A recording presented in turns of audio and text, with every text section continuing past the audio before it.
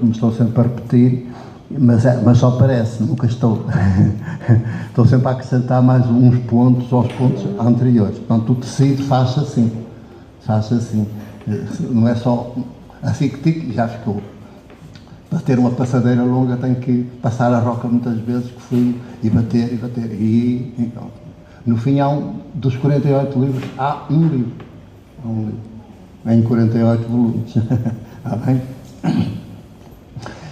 Tomei aqui uns apontamentos, que é para não me prolongar, senão eu solto-me e depois nunca mais vos deixo ir embora. Isto não é uma biografia, por isso é uma espécie de autobiografia, não é uma autobiografia, é uma espécie de... Porque para ser uma autobiografia, primeiro, o autor não tem jeitinho nenhum para isso. Segundo, obrigava-me até a andar à procura de muita documentação por todos os sítios onde passei, para saber porque é que depois eu apanhava pontapés constantemente. Porque oficialmente nunca me disseram porque é que me tiravam dos lugares. O que é certo é que tiravam. E, portanto, isso deve constar nos arquivos das instituições que me pontapeiam. Não é portanto, autobiografia, é uma espécie de... E depois, ainda por cima, com humor e amor. O humor porque ainda hoje estive a reunião de curso e estive lá a partir a louça toda, desta vez, e que eu sou excluído no meu curso. Sou um excluído. Há párocos, um deles mora aqui, é pároco aqui em Amarante, que não vão à reunião de curso enquanto eu for. Só para não estarem à minha beira. E hoje parti lá a louça toda, mas ainda bem. E então eu vou dizer, para quem nasceu depois de abril de 74, este livro, Evangelho no Pretório, é imprescindível se quiser conhecer o seu mais recente passado. Nós não somos sem passado. Nascemos carregados de passado e trazemos no nosso inconsciente pelo menos 200 anos de informação. Os últimos 200 anos de informação estão no nosso inconsciente. Quando a gente nasce, imagina que aquilo desbobina, é um caso sério.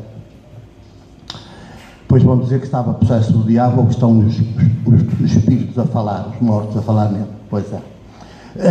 E então é imprescindível se quiser conhecer o seu mais recente passado. Este livro é talvez o melhor livro para poder entrar nesse passado recente.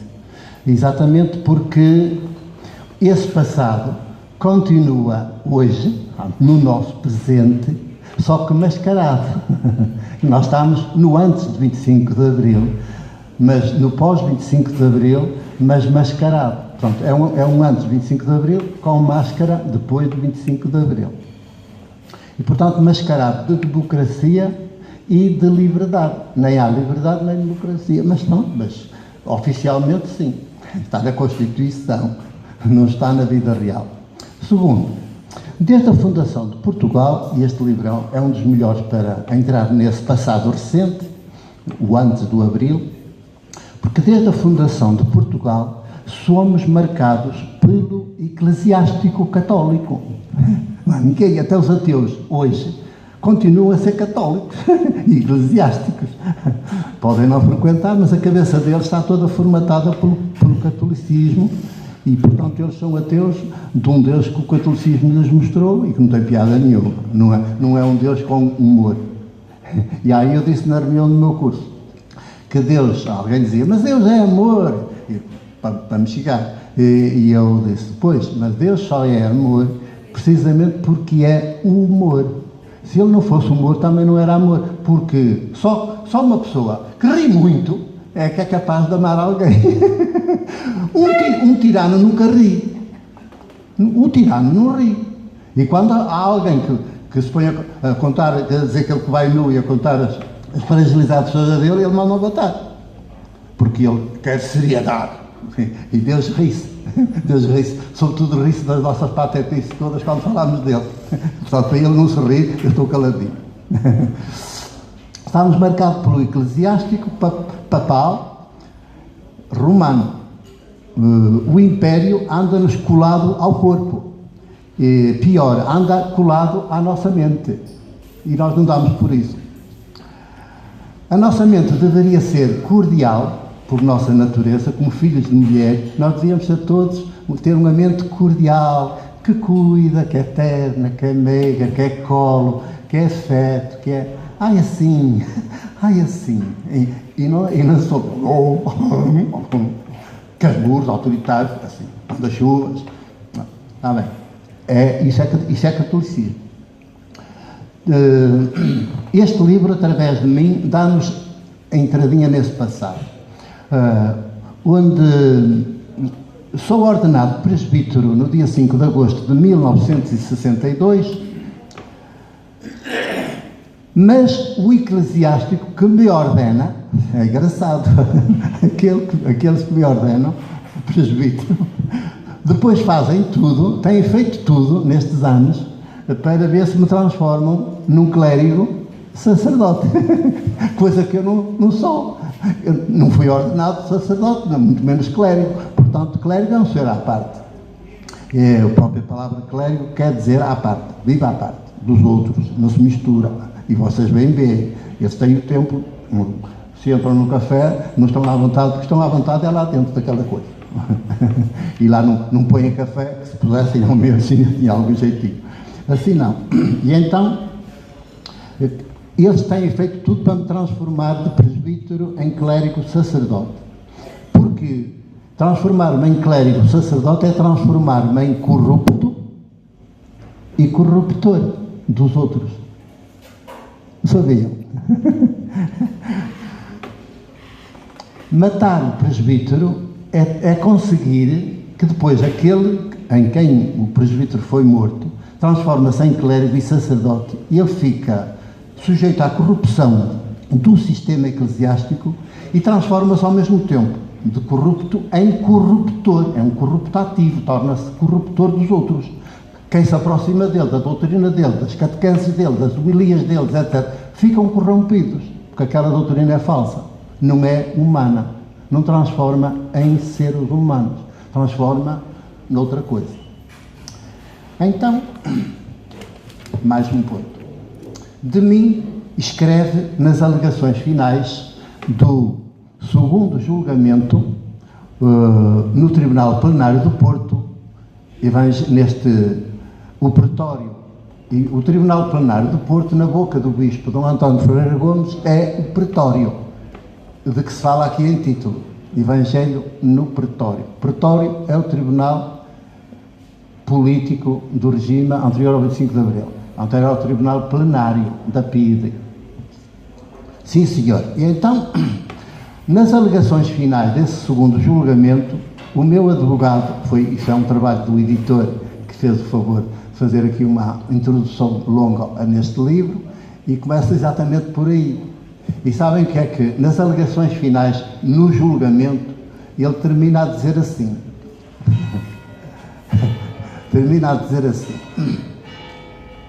Não peço absolvição. Este é no segundo julgamento, em 73, fevereiro de 73.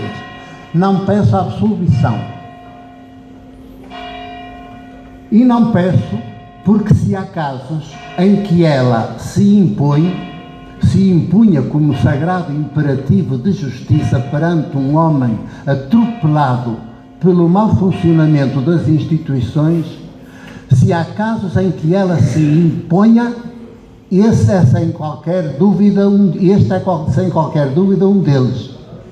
Para o Padre Mário, só há um legislador e só há um juiz, isto diz o advogado, eu já não diria, o juiz que editou aquele código que o acompanha sempre, mesmo ali no banco dos réus.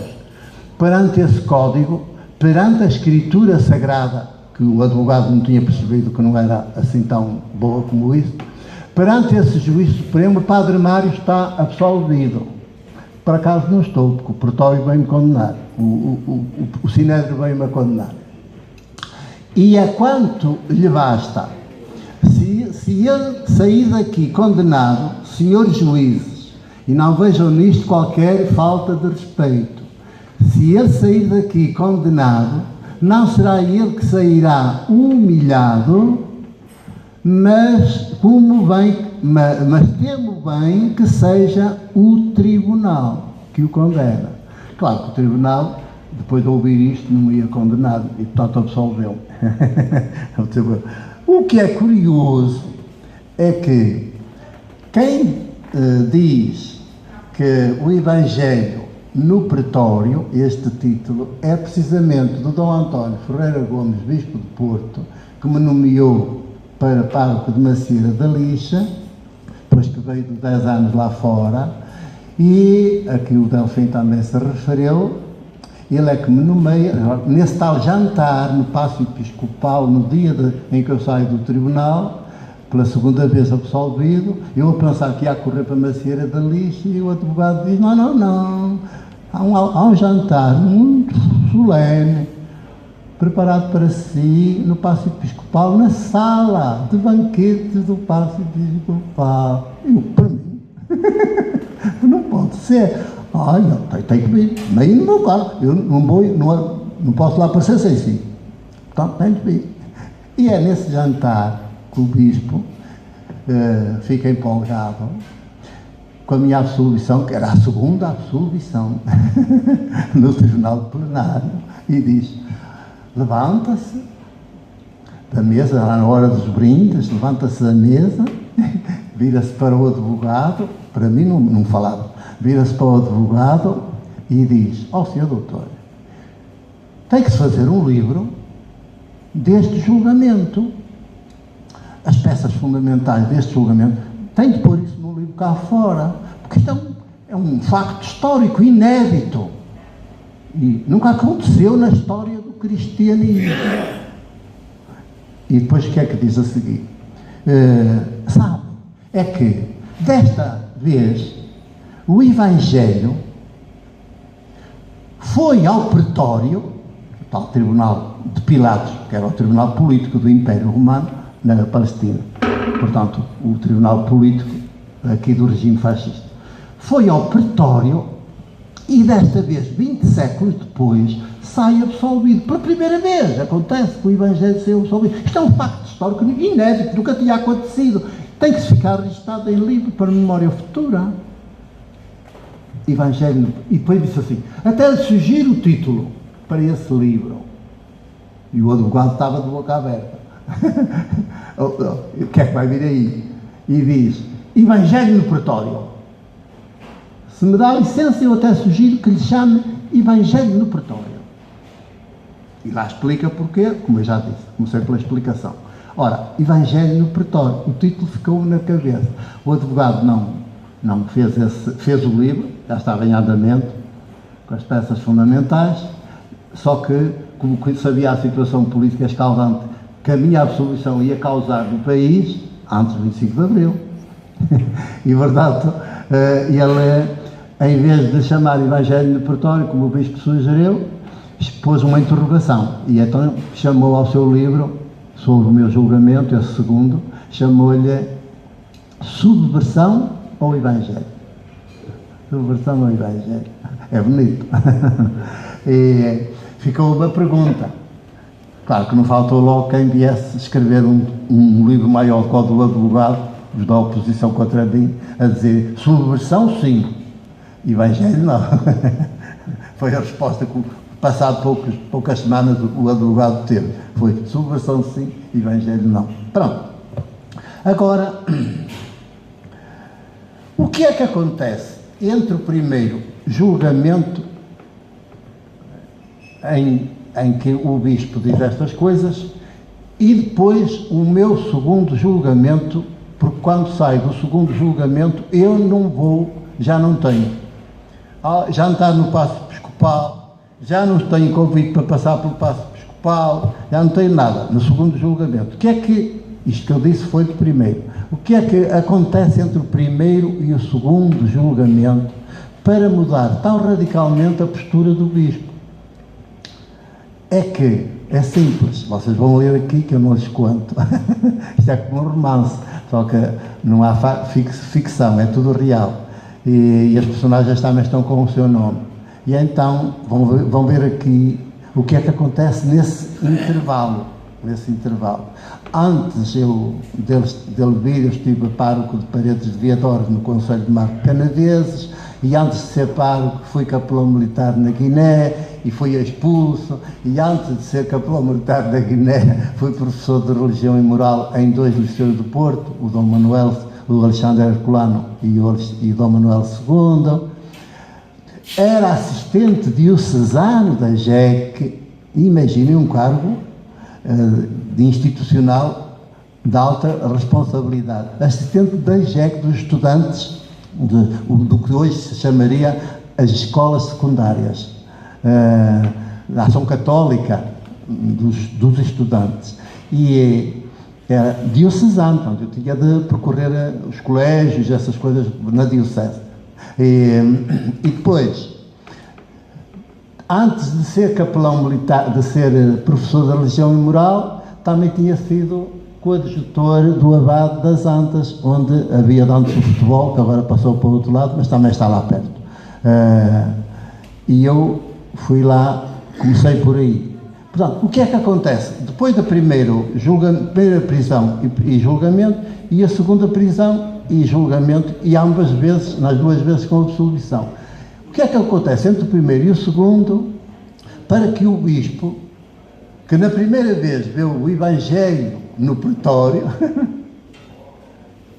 e depois no segundo julgamento, o mesmo Evangelho volta ao pretório, e o bispo já não viu o Evangelho no pretório. Porquê? Porque acima do pretório, aqui inverter-se os papéis. Na Palestina, no tempo de Jesus, tempo histórico de Jesus, quando se ia ao pretório não havia apelação. Era o último tribunal. E era o tribunal representante do Império Romano. Na igreja, no eclesiástico, para lá também há um tribunal eclesiástico. Portanto, para usar a linguagem semelhante, se no político aqui é o tribunal plenário, o eclesiástico seria, que é o pretório, que o bispo chamou o pretório, no eclesiástico seria o sinédrio, corresponderia ao sinédrio do tempo de Jesus, que é o tribunal dos judeus, dos sacerdotes judeus. Também julgaram Jesus, condenaram-no à morte, mas depois, como queria que ele fosse crucificado, quem podia crucificar era o Império Romano. Já condenado, levar-no lá e diz: tens que o condenar também, e julgá-lo e condená-lo e crucificá-lo. E eles acreditaram a sentença e ele assinou por baixo. Diz a tradição que lavou as mãos para dizer que a culpa era deles, mas foi dele que assinou o decreto. Está bem. Ora, acontece que o bispo viu no meu viver, nem disse o padre Mário foi ao pretório, disse o Evangelho. Quer dizer, o bispo estava tão fora dele que diz uma coisa dessa: o Evangelho foi ao pretório. O Evangelho. Portanto, ainda podia dizer, o padre Mário levou o Evangelho ao pretório, mas não falou nada, era só o Evangelho. E depois o sinédrio, que é o tribunal eclesiástico, neste caso o bispo é que é sempre o presidente do tribunal, sem julgamento nenhum, porque o bispo, como é causa própria, nem precisou de fazer nenhum julgamento com ninguém, não precisou de me ouvir, porque a minha vida é toda pública, e ele pensava que me conhecia. Portanto, eu, da primeira vez, saí absolvido no pretório, tive um banquete no Paço Episcopal. Da segunda vez, saí absolvido no pretório, não tive banquete, e quando o advogado disse: tem de ir comigo, vamos lá cumprimentar o bispo, desta vez já não tem lá jantar nenhum, e o bispo até nem vai ficar muito contente por eu levar lá, mas eu faço questão de levar. Aí eu disse: eu quero ir, já queria, não era com banquete, já quero, eu quero ir. Só que o bispo nunca olhou para mim, só falava para o advogado. E uma das coisas que ele dizia era: não estou a perceber nada. Não estou a perceber nada. Então, a polícia política, e ele tinha estado 10 anos lá fora, a polícia política lá no estrangeiro tem tanta fama, aqui em Portugal, a polícia política de Portugal tem tanta fama, ser uma polícia perita, competente, que os presos políticos vêm a seguir com ela. Não percebo. Leva 2 vezes um padre ao tribunal e das 2 vezes não consegue provar a acusação que lhe faz. Eu não estou a entender nada. Mas só dizia isso para o advogado. Depois disse para eu ir descansar e que passado uns dias ia aparecer-se lá. Quando apareci, disse-me que eu que estava, desde o dia em que tinha sido preso a segunda vez, perdi a paróquia. Pronto. E eu fiquei a saber que estive 11 meses preso, a segunda vez foram 11 meses preso. Fui julgado como pároco de Macieira da Lixa, mas afinal não era. Afinal não era. Pronto, não lhes digo mais pormenores, senão depois vocês perdem a graça ao ler o livro. Finalmente, quero chamar a atenção para o último capítulo. O último capítulo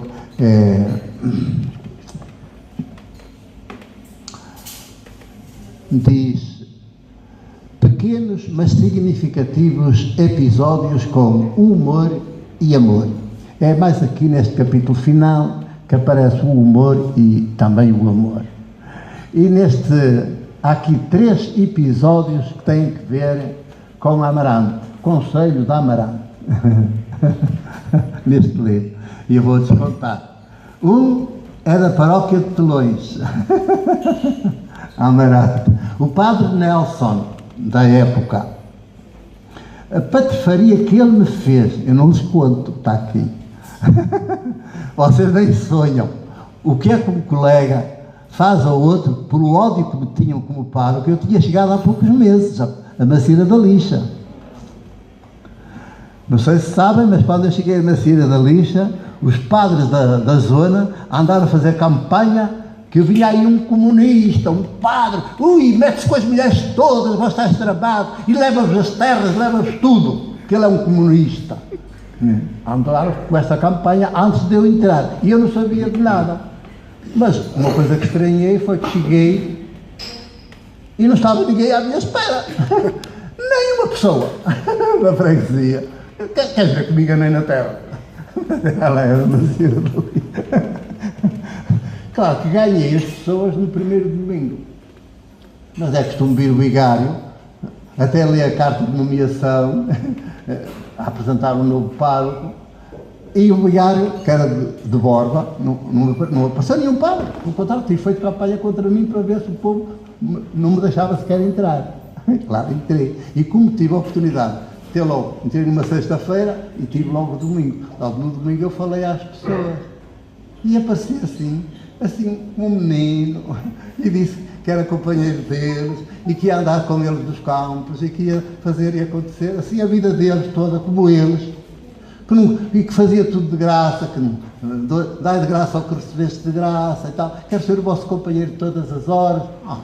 E eu disse, afinal não diz a letra com a careta, e isto afinal, os outros não se parecem a nada com ele. E, portanto, naquele domingo eu ganhei praticamente a malta mais nova. Os outros ainda ficaram lá com aquela cisma.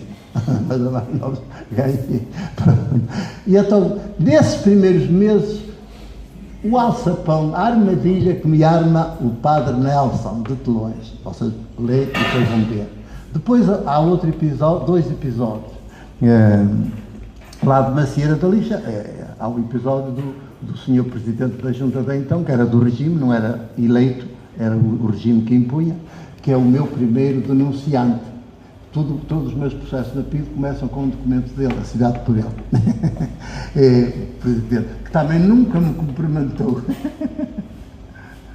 Nunca me cumprimentou, e uma vez que eu fui à casa dele, já que ele não me procurava, fui eu. Eu perguntei, presidente da junta. Bora ali assim naquela casa. Fui lá. E ele, como ainda não me tinha visto, não me conhecia. E então é engraçado. Eu subi as escadas, por baixo tinha uma tasca, eu subi as escadas, não era ele, subi as escadas e bati à porta e apareceu, tive a sorte, apareceu logo ele. E eu também não o conhecia. Eu sei que ele ao pensarrão alto e disse, é o senhor presidente, Júlio de Sousa Lé. Sou o padre Mário, o pároco. E ele, com a porta na cara, não estendeu a mão, pumba, com a porta na cara. fiquei a olhar para ele. Claro, tive de contar no domingo seguinte, eu fui visitar o Presidente da Junta e ele bateu-me com a porta na cara, fiquei com a mão estendida, mas não tive correspondência. E depois o que é que acontece após o 25 de Abril? Vocês vão saber, porque depois vai ele ao tribunal. Criou-se um tribunal para tentar julgar aqueles que tinham colaborado com a PIDE. E ele era um deles, claro, estava bem carrapachado. O que é que depois faz? Eu sou chamado ao tribunal para depor por ele, contra ele. Vocês até se vão rir. Aí é que está o humor e o amor. Vão se rir com esse episódio. Quando acontece a nossa irmã morte, então é que eu rio. Porque morrem todos como os outros. E portanto, nós ninguém que eles criam, fabricam aos milhões. E eu sou sempre o presbítero dos ninguém. E, portanto, rio-me com eles. Podem ficar muitos escritos dos famosos e tal, que foram famosos, porque a história é escrita pelos vencedores. Mas, atenção, o silêncio das vítimas grita mais alto do que os feitos que ficam registados, mandados escrever pelos vencedores. E é aqui que entra aqui a Bíblia, que o advogado não soube, que também a Bíblia foi escrita pelos vencedores. A casa real de David e Salomão é que começa a mandar escrever a Bíblia, com os seus escribas. Escrever os feitos dos vencedores para se impor aos outros, como um escolhido por Deus para aquele lugar. E eu sou este presbítero menino que até se ri desse Deus dos vencedores. E não me rio do outro porque ele é que se ri de mim. Do que nunca ninguém viu, rimo-nos ambos. Rimo-nos ambos. O meu abraço a todos, a minha emoção, o meu carinho, o meu afeto e, portanto, a minha alegria. Vocês são fenomenais. Agora...